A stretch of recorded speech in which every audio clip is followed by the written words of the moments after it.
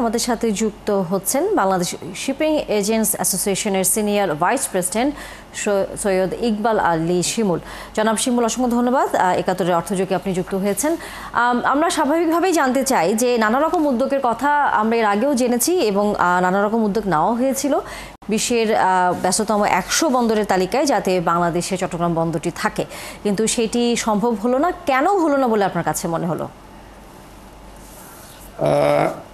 Competitive analysis করলে দেখা যায়, আপনাদের রিপোর্টটা তো আপনারা বলেছেন যে দাম্মাম পোর্টে আমাদের চেয়ে চিটং বন্দরের চেয়ে বেশি হ্যান্ডেল করার কারণে দাম্মাম পোর্টটা এক ধাপ এগিয়ে গেছে।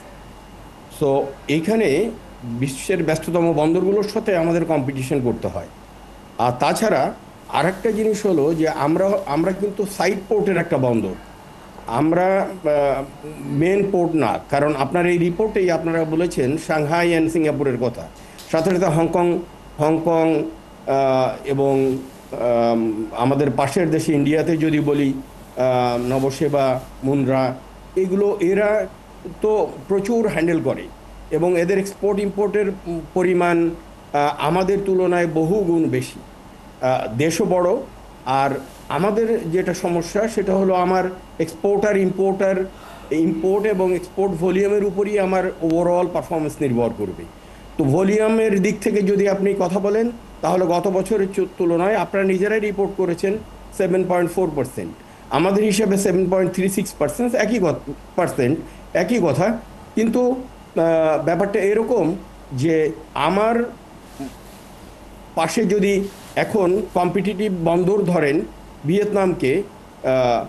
ভিয়েতনামের কাইমেবকে, ওর ওখানেও কিন্তু ডাইরেক্ট মাদার ভেসেল বার্থ নেয় এবং মাদার ভেসেল সেল করে। সেখানে মাদার ভেসেলগুলো 6,000 থেকে 8,000 টিউ নিয়ে যায়। তো আমাদেরই এক বক্তা কিছুক্ষণ আগেই বলেছেন আপনাদের এখানে যে যদি বে টার্মিনাল তৈরি হয়, মাতারবাড়ি তৈরি হয়, মাদার ভেসেলগুলো ডাইরেক্ট আসা শুরু হয়, তাহলে সেক্ষেত্রে পারফরমেন্সের অবস্থান অনেক উপরে চলে যাওয়ার কথা। কিন্তু end of the day again ওই টোটাল কান্ট্রি ভলিউমের উপর নির্ভর করবে। আমাদের দেশটাও ছোট, সেখানে এই ভলিউম নিয়ে আমরা আমাদের কম্পিটিটিভনেস রাখা অন্যান্য বন্দরগুলোর সাথে ইজ নট ভেরি ইজি।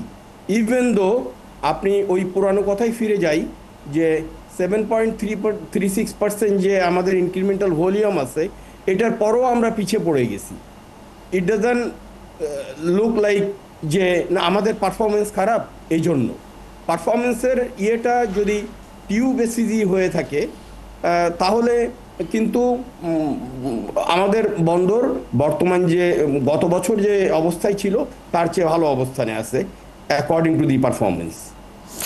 সেক্ষেত্রে আপনার কাছে কি মনে হয় যে সামনের কয়েক মাস পরে যেহেতু বন্দরের অপারেশনের একটি বড় ধরনের আন্তর্জাতিক অপারেটর হাতে চলে যাচ্ছে, এই পিছিয়ে পড়ার থেকে আসলে সামনের দিনে এগিয়ে নিয়ে যাওয়ার ক্ষেত্রে সবচেয়ে বেশি কোন বিষয়টাকে মাথায় রেখে আসলে নিজেদেরকে এগিয়ে নিয়ে যাওয়া উচিত বলে আপনার কাছে মনে হয়?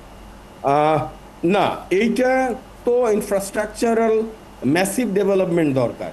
এটা না করে বিদেশিদের কাছে আপনি দিয়ে দেবেন আপনার নিজস্ব তৈরি করা বন্দর, সে কি ম্যাজিক আপনাকে দেখাবে? সে ম্যাজিক দেখাতে গেলেও তো তার 3 মাস 6 মাস ইকুইপমেন্ট অর্ডার করে ইকুইপমেন্ট এনে এটাকে ঢেলে সাজাতে হবে। কিন্তু আপনাকে তো এই মালগুলো চট্টগ্রাম বন্দরের বাইরে পাঠাতে হবে। সেখানে ট্রাফিক সিস্টেমের যে অবস্থা আছে, ওই অবস্থাগুলো তো আমাকে কনসিডারেশনে নিতে হবে। তারপরে ডিপো আছে 19টা মানে অ্যাক্টিভলি পারফরমেন্স করছে 19টা। অতিরিক্ত ডিপোর পারফরমেন্সও নাই, যেখানে সিডিডিএল ড্রাইডক, চিটং ড্রাইডক, ওরা প্রেশার ক্রিয়েট করছিল কাস্টমসকে, এনবিআরকে, যে 2টা ডিপো ইস্টার্ন 2 এবং আরেকটা ডিপো নতুন করে, আমার ঠিক নামটা এখন মনে নেই, ওই 2টার পারমিশনের কথা বলেছে। ওইগুলো পারমিশন হলে হয়তো এমটি কন্টেনারগুলো ইমিডিয়েটলি রিমুভ করা সম্ভব হবে। বাট ওই বিদেশিদেরকে দিয়ে দিলে মিরাকেল কিছু তারা করে দেবে, সেরকম আসলে ভাবার কোনো সুযোগ নেই। অসংখ্য ধন্যবাদ জনাব শিমুল, যুক্ত হয়েছেন। নিশ্চয়ই পরবর্তীতে আবারও চট্টগ্রাম বন্দরের নানা বিষয় নিয়ে আপনার কাছ থেকে আমরা জানব।